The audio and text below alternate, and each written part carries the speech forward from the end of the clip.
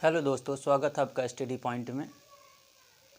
आज की क्लास में हम आपको आर्थिक व्यवस्था के बारे में बताएंगे। पिछली क्लास में हमने वैदिक सभ्यता की सामाजिक व्यवस्था की चर्चा की थी। सामाजिक व्यवस्था में हमने उसको दो भागों में बांटा था, एक वैदिक काल और उत्तर वैदिक काल। वैदिक काल में हमने ये बताया कि वैदिक काल जो है पूर्णतः पितृसत्तात्मक समाज था, पुरुष प्रधान समाज था और उसको अपने परिवार के लोग के अनन्य अधिकार प्राप्त थे। उदाहरण के तौर पर हमने बताया था कि शून्यसेन को उसके पिता द्वारा बेचा गया था, जिससे यह पता चलता है कि उसको अनन्य अधिकार प्राप्त थे, असीमित अधिकार प्राप्त थे। अगर पिता नहीं रहता था तो घर का बड़ा लड़का जो है कि जिम्मेदार माना जाता था। इसके अलावा हमने देखा कि एक ऋग्वेद में चर्चा होती है नव्य मंडल में, जिसमें ये कहा जाता है एक ही परिवार का एक व्यक्ति छात्र जो कहता है कि मैं कवि हूँ, मेरी माता आटा की चक्की चलाती है और पिता वैद्य हैं। मतलब एक ही परिवार के लोग अलग अलग व्यवसाय करते हैं, जिससे पता चलता है कि वर्ण व्यवस्था का आधार यहाँ पे कर्म था। स्त्रियों की दशा काफ़ी अच्छी थी, उपनयन संस्कार का अधिकार था उन्हें।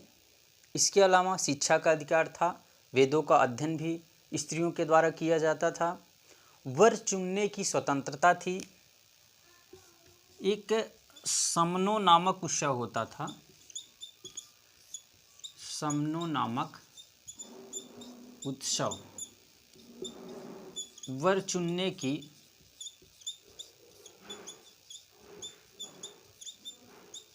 स्वतंत्रता थी।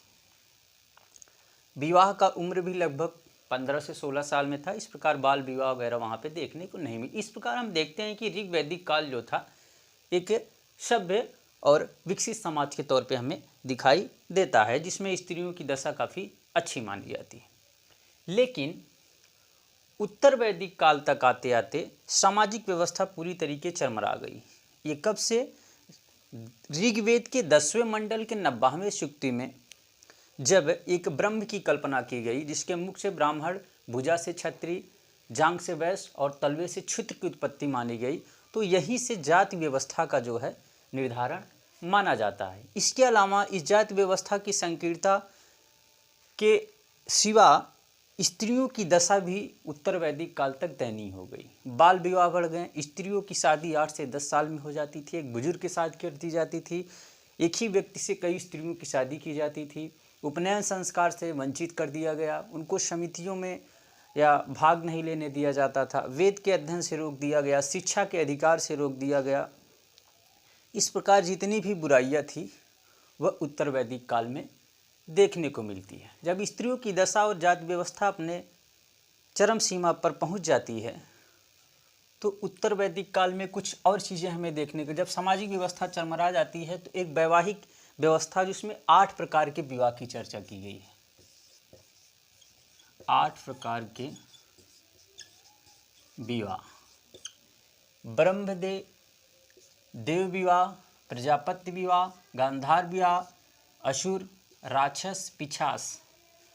गांधार विवाह को इसको प्रेम विवाह भी कहते हैं, आज भी प्रचलित है। ठीक, इसमें जो है कि जबरदस्ती शादी की जाती थी। असुर विवाह में, राक्षस विवाह में मतलब स्त्री का हरण कर लिया जाता था, और सबसे खराब पिशाच विवाह था, जिसमें स्त्रियों का शारीरिक शोषण किया जाता था, उसके बाद जो है उनकी साथ जबरन शादी किया जाता। तो इस कुछ प्रकार की एक संकल्पना आई, 8 प्रकार के विवाह उत्तर वैदिक काल में आने लगे। आश्रम पद्धति आ गई। आश्रम पद्धति 4 प्रकार हो गया: ब्रह्मचर्य, गृहस्थ, वानप्रस्थ और संन्यास आश्रम। 25-25 साल के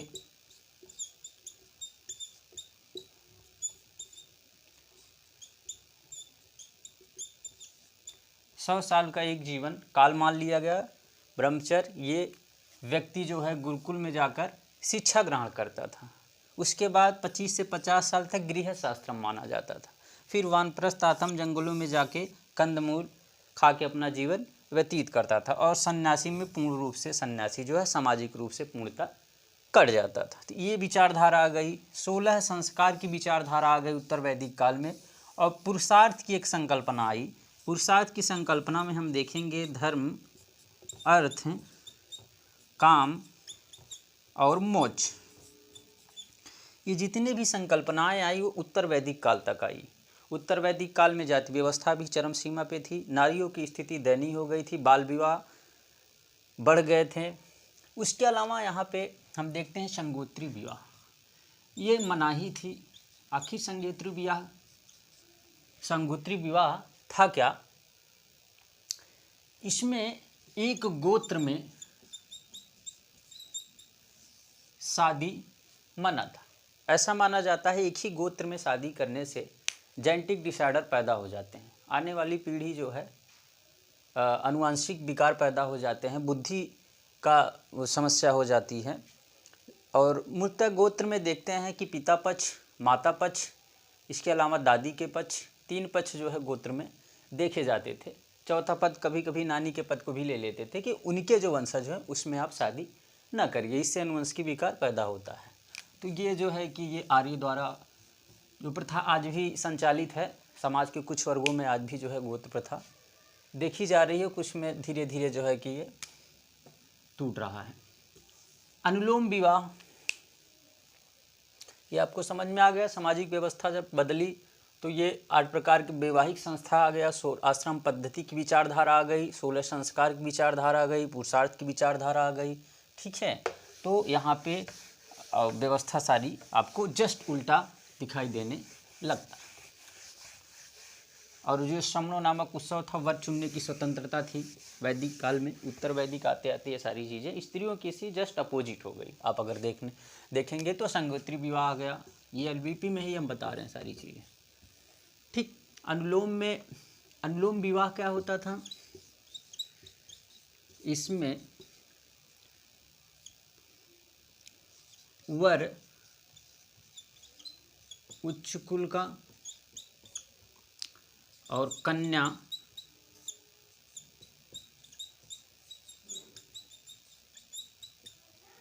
निम्न कुल के, ऐसे जो विवाह होते थे वो अनुलोम। और प्रतिलोम विवाह जस्ट इसके उल्टा था। वर निम्न कुल का और कन्या उच्च कुल के, ऐसे जो विवाह होते थे उसको प्रतिलोम विवाह कहा जाते थे। इनसे जो पुत्र प्राप्ति होती थी उसको इन्होंने चांडाल की संज्ञा दी थी। ठीक है, तो ये चीज़ें हो गई कि देखें, हमने बताया कि सामाजिक व्यवस्था उत्तर वैदिक काल में कुछ और थी, उत्तर वैदिक काल तक आते आते बदल गई। पितृसत्तात्मक समाज था, वहाँ पे कर्म आधार था, यहाँ पे जन्म आधार हो गया। उत्तर वैदिक काल में जो जिस समुदाय में पैदा होता था, चाहे उसके कर्म जैसे भी रहे, लेकिन वह ब्राह्मण तो ब्राह्मण, क्षत्रिय तो क्षत्रिय माने जाते थे। स्त्रियों की दशा जस्ट परिवर्तित हो गई और कुछ नई नई सामाजिक विचारधारा आ गई, जैसे संगोत्री विवाह, अनुलोम विवाह, प्रतिलोम विवाह, 8 प्रकार के विवाह, 16 संस्कार, आश्रम पद्धति, ये सारी चीज़ें आ गई।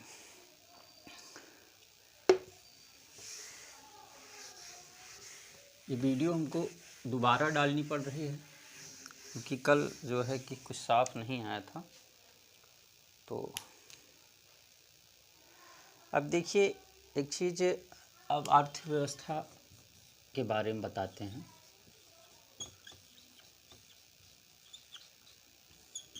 एक तरीका है पाई चार्ट बना के हम उसको पढ़ा दें तो उतना ज़्यादा कंटेंट आपको नहीं मिल पाएगा और कॉन्सेप्ट उससे आपका नहीं क्लियर हो पाएगा।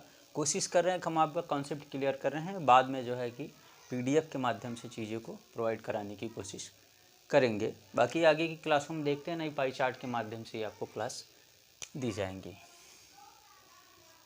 अर्थव्यवस्था को भी हम मुख्यतः 2 भागों में बांटेंगे, एक ऋग्वैदिक, यहाँ पे दोनों अलग अलग लिख के और कंपेयर कर देते थे, और उत्तर वैदिक। काल भी है आपका यहाँ पे कितना 1500 से 1000 BC और ये 1000 से 600 BC। देखिए समझिए, हमने बताया था कि आर्य जो है मध्य एशिया या तिब्बत जोन से आए थे, मुख्यतः पशुपालक थे। ठीक है, पशुपालक थे। वहाँ पे जब बर्फबारी हुई तो ये अपने पशुओं को चराने के लिए, जब इसके पशु बढ़ने लगे ऐसा माना जाता है, तो ये भारत की तरफ पलायन किए और आए। तो उत्तर वैदिक काल में ये आप ऐसे देखते जाइए, प्रारंभ में क्या थे? पशुचारक। क्या? पशुचारक। फिर आगे जैसे घटनाक्रम बढ़ेगा, घटनाक्रम बढ़ता है तो क्या हो जाते हैं? ये कृषि और प्लस पशुपालक। ठीक, कृषि और पशुपालक। तो इसमें क्या होगा? परिणाम क्या होगा? कृषि आधारित अर्थव्यवस्था। ठीक, लेकिन यहाँ पे हम देखते हैं कि कैसी अर्थव्यवस्था है।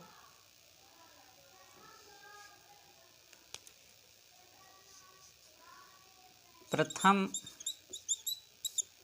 पशु था और द्वितीयक पेशा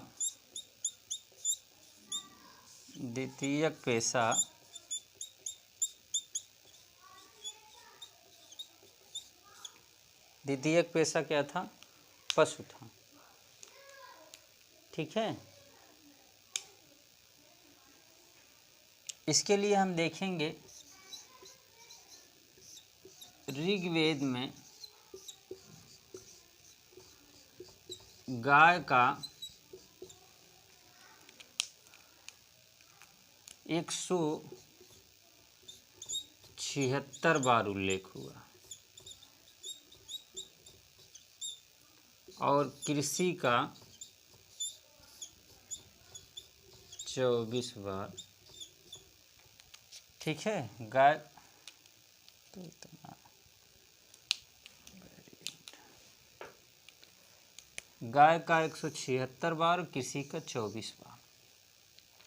इससे ये पता चलता है कि ऋग्वेद में गाय मतलब पशुओं की प्रधानता थी। मुख्यतः जो अर्थव्यवस्था आधारित थी पशु पे और दूसरे पे पेशे पे कृषि थी। जब मुख्य पेशा जो था पशुपालक था, तो लड़ाइयाँ जो लड़ी जाती थी वो किसके लिए? पशुओं के लिए लड़ी जाती थी। राजा जो होता था पशुओं का प्रमुख होता था और राजा से यह आशा की जाती थी वह कि पशुओं में वृद्धि करेगा, पशुओं की रक्षा करेगा, गोवंश की रक्षा करेगा और जितनी भी लड़ाइयाँ लड़ी जाती थी वो पशुओं के लिए लड़ी जाती थी। ठीक है, लड़ाइयाँ पशुओं के लिए। ठीक है,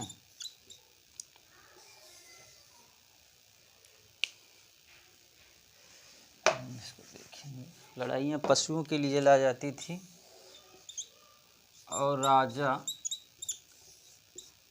को गोपस्य कहते थे। ठीक, गोपस्य ये क्या था? गायों का प्रधान। कोई निश्चित कर व्यवस्था नहीं थी, कोई निश्चित सेना भी नहीं थी। ज़रूरत पड़ने में कबीले लोग थे तो कबीलों लोग इकट्ठा होकर राजा का साथ दे देते थे।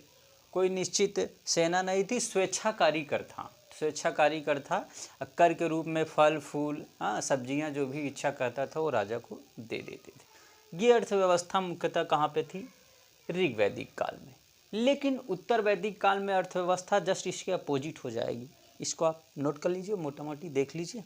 उसके बाद उत्तर वैदिक के हम वहाँ पे बोर्ड थोड़ा छोटा पड़ जाता है क्या?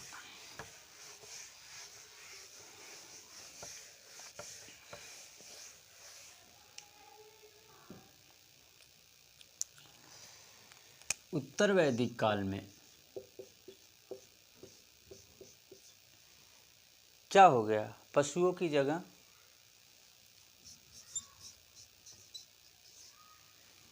पहले हम ये देखते हैं, इसको पाई चार्ट में देखते हैं। तो क्या ये प्रारंभ में क्या है,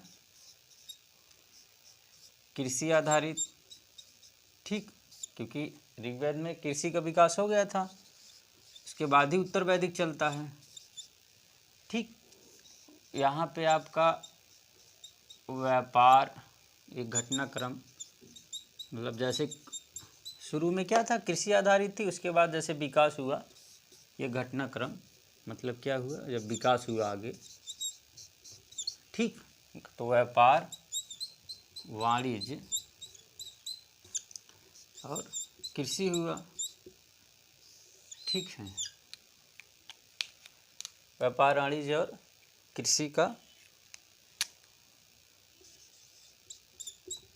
विकास हुआ। अब देखिए, जब कृषि आधारित अर्थव्यवस्था का विकास हुआ, कृषि आधारित अर्थव्यवस्था का विकास हुआ, और जो पशु था वो क्या हुआ, यह द्वितीयक स्थान पे चला गया, ठीक। तो कृषि आधारित, तब अब लड़ाइयाँ किसके लिए होने लगेंगी, भूमि के लिए, ठीक। जब भूमि के लिए लड़ाइयाँ होने लगेंगी, अब देखिए, प्रारंभ में कृषि आधारित था, फिर व्यापार, वाणिज्य और कृषि दोनों का विकास हुआ। ये कृषि आधारित अर्थव्यवस्था का विकास, अतिरेय उत्पादन, अतिरेय मतलब अधिक उत्पादन, उत्तर वैदिक काल के अंतिम समय तक परिणाम क्या हुआ, ये परिणाम में है, ठीक है। कैसा हुआ, अतिरेय उत्पादन होने लगा, मतलब अधिक उत्पादन, क्यों, क्योंकि उत्तर वैदिक काल के अंतिम समय में लोहे की आविष्कार हो गया था, तो इसलिए कृषि में क्रांतिकारी परिवर्तन आया और तेज़ी से जो है उत्पादन बढ़ा, और कृषि जो है प्रमुख हुआ। लड़ाइयाँ जो है भूमि के लिए लड़ी जाती थी, ठीक है। अब भूमि की लड़ाइयाँ लड़ी जाती तो सेना की ज़रूरत पड़ती थी, ठीक है ना। लड़ाइयाँ जब लड़ी जाती तो सेना की ज़रूरत पड़ने लगी, तो जब सेना रखने लगे तब यहाँ पे एक निश्चित कर, जिसको बोलते थे बलि या भाग या शुल्क, यह कितना लगता था, 1/6, ठीक है। भूमि कर कितना था, 1/6, 1/6, ठीक है। इसको बलि बोलते थे, भाग या शुल्क। वहाँ पे प्रमुख पशु था, कृषि द्वितीयक पेशा था, जैसा कि हमने देखा 176 बार ऋग्वेद में गायों का उल्लेख हुआ है, कृषि का कम बार उल्लेख हुआ है, तो उसकी प्रधानता, तो वहाँ पे कृषि आधारित अर्थव्यवस्था का विकास हुआ। जब यहाँ पे देखिए प्रारंभ मतलब क्या हुआ, कृषि आधारित का विकास हो गया, उसके बाद व्यापार और वाणिज्य भी धीरे धीरे विकसित होने लगा और कृषि भी होने लगा, और फिर अंतिम समय आते आते उत्तर वैदिक काल में जो है कि लोहे का जब खोज हुआ तो कृषि अर्थव्यवस्था का तेज़ी से विकास हुआ और उत्पादन होने लगा, ठीक है। तो ये पशु जो है द्वितीयक स्थान पे चला गया, जो मुख्य पेशा, मुख्य अर्थव्यवस्था थी वो कृषि पे थी, तो कृषि भूमि पे निर्भर होता है, तो अब लड़ाइयाँ पशु की जगह न लड़के भूमि के लिए लड़ी जाती थी। अब सेना भी रखी जाने लगी तो एक निश्चित कर रखना पड़ा, हाँ, वो कितना, लगभग 1/6 होता था बलि और भाग का। अब यहाँ पे और कुछ फैक्ट हम देखेंगे उत्तर वैदिक काल में, ठीक है। यहाँ कुछ फैक्ट देखेंगे। अब ये भी तो पता होना चाहिए कि उत्तर वैदिक काल में जो है कि कृषि कैसे महत्वपूर्ण है। कृषि महत्वपूर्ण उत्तर वैदिक में कैसे, पृथुवैन नामक एक वैज्ञानिक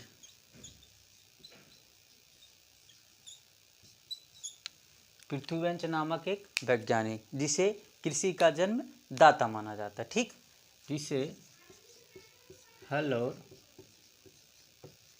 कृषि का जन्म दाता माना जाता। और दूसरा शतपथ ब्राह्मण। ठीक है, शतपथ ब्राह्मण में कृषि संबंधी गतिविधियों का उल्लेख, कृषि संबंधित गतिविधियों का उल्लेख हुआ। अब ये क्या थी? जुताई, बुआई और बीजों भी। ठीक, और इसके अलावा कठक संहिता, कठक संहिता, कठक संहिता में 24 बैलों द्वारा खेती का साक्ष्य, 24 बैलों द्वारा खेती का साक्ष्य मिला। ठीक, गेहूँ, जिसको गोधूम प्लस यव की खेती होती थी। ठीक है, ठीक है। चावल की किस्में क्या थी? चावल की 2 किस्में हमने बताए थे कल, एक तंदुल और एक ब्रिह्मी। ठीक है, तो चावल, मसूर, उड़द, ये सारी चीज़ें थी। चावल की 2 प्रजाति, एक तंदुल और एक ब्रिह्मी थी। गेहूं को गोधूम कहा जाता था और यव आदि का जो है खेती का साक्ष्य मिला हुआ है। उत्तर वैदिक काल में पृथ्वीवंश नामक को हल और कृषि का जन्मदाता माना जाता है। शतपथ ब्राह्मण में कृषि संबंधित गतिविधियों का साक्ष्य मिलता है। कठक संहिता में 24 बैलों द्वारा खेती। इससे यह पता चलता है कि उत्तर वैदिक काल में कृषि जो है महत्वपूर्ण हो गया था, निश्चित कर व्यवस्था हो गई थी। ठीक है, सेना वगैरह भी रखे जाने के प्रक्रिया शुरुआत हो गई थी, अस्थायी रूप से नहीं थी, लेकिन यह है कि प्रक्रिया में आ गई थी। तो ये हो मुख्य रूप से अर्थव्यवस्था हो गया। और कई चीज़ें हैं, फिर धीरे धीरे बताएंगे इसमें। और एक चीज़ और बता देते हैं, यहाँ कुछ कृषि शब्दावलियाँ भी मिलती हैं ना, शब्दावलियाँ, जैसे पर्जन्य किसका? बादल। ठीक है, पर्जन्य क्या हुआ? बादल हुआ। और क्या है? इसको मिटाना पड़ेगा और हम बताते हैं आपको। सीता, ये हल से बनी नालियाँ होती थी। ठीक है, करीसु, गोबर की खाद। बहुत सारे शब्द हैं जो थोड़ा इम्पोर्टेंट है, उसको बता दे रहे हैं। और ये कीवासु है, हल वाह। ठीक है, करीसु ये गोबर की खाद, हलवाहा हल से बनी नालियाँ। तो ये सब साक्ष्य उत्तर वैदिक काल में मिलने लगते हैं। इससे पता चलता है कि उत्तर वैदिक काल तक आते आते कृषि जो है महत्वपूर्ण हो गए थे। तो अर्थव्यवस्था में अब अगली क्लास में हम आप लोगों को राजनीतिक व्यवस्था के बारे में बताएंगे, फिर धार्मिक व्यवस्था के बारे में बताएंगे। इस प्रकार आपका जो है वैदिक समाप्त हो जाएगा। 4 क्लास में आपका जो है ये चीज़ें हो जाएंगी। बाकी इसमें और शब्दावलियाँ हैं, नोट्स में दे देंगे। जैसे एक बेकनाद है, ठीक है, ये कुशीद है,